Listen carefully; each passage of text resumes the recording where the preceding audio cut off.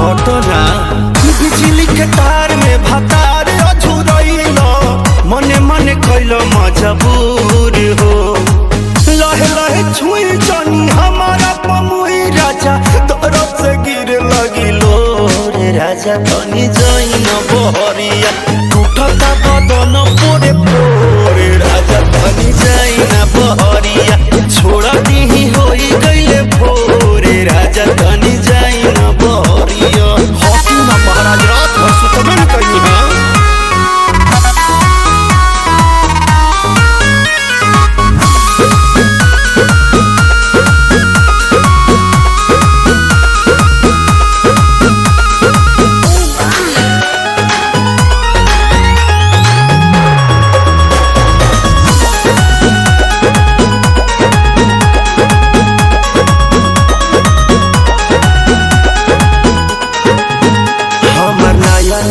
गवाना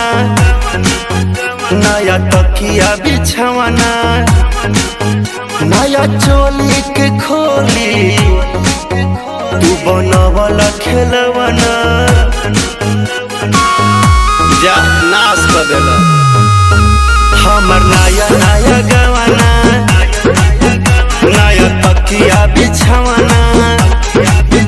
नया चोली के खोली बनवला खेलवाना नया नुहर जानी बनी एक चोर राजा तेरा कमर बड़ा तोड़ राजा तनी जाइन बहरिया टूटता बदन पोरे पोरे राजा तनी जाइन बहरिया छोड़ा दी होई गईले भोरे राजा तनी जाइन बहरिया अब छोड़ी दी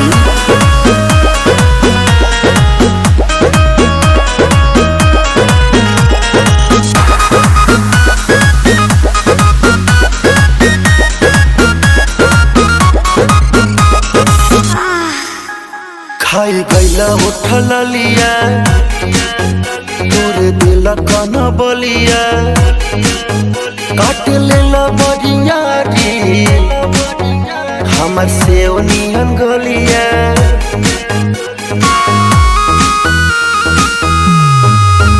खाई गईला उठल लिया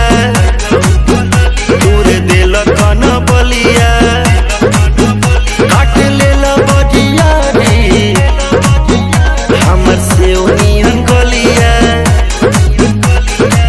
मारा जानी जोर देह बाटे कम जोर हमर फाटे लगी नस तोड़े तोड़े राजा तनी जाइन बहरिया टूटता बदन पोरे पोरे राजा तनी जाइन बहरिया छोड़ा दी होई गईले भोरे राजा तनी जाइन बहरिया अखाली बता हमरा के जाना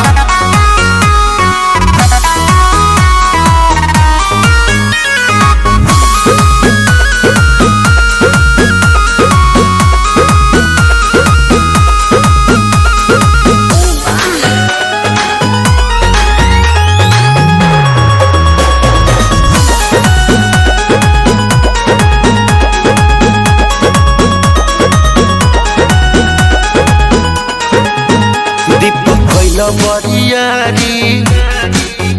नासी दिल नया सारी होई उठवा पदकिया नदी तान मारी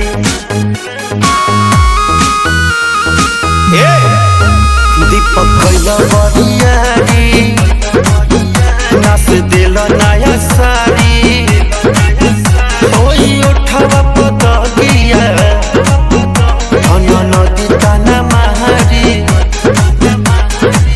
मदन मनी से डियार राकेश से भी भइल नीरज मन थोरे राजा तनी जाइन बहरिया टूटता बदन तोरे पोरे राजा तनी जाइन बहरिया छोड़ दी होई गईले भोरे राजा तनी जाइन बहरिया चल जाई